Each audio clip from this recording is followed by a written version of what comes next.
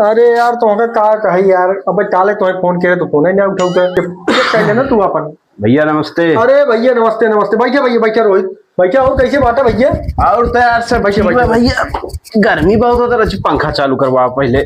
पंखा चालू करवाए? पंखा चालू रुको करवाओ। जरा, सबर अरे करो। भैया का बताई, पंखो हमारी खराब हुई बेजाना। ये भगवान क्या जुल्म है। रुको तो कैसे बड़वार पंखा में ये बेटी बड़वार बा? ऐसे पंखा लेके आओ भैया के लगाए थे, घर मत बांटा, जल्दी लेके आओ तो बड़का पंखा हुआ है। और अभी तो रुको, ला बेटी ला क्लाइमैक्स अभी बाकी। ला लगा ले भैया भैया लागत हम हुआ अब वो लगा भैया।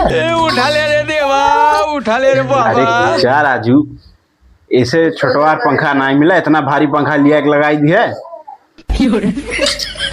और तेज हो तो भैया और तेज अरे क्या राजू, और छोटवार पंखा लिया ही होता इतना बड़ा। मैं गाली नहीं दे सकता। नहीं गाली नहीं देना। फैमिली फैमिली देखती है, वरना मैं ऐसे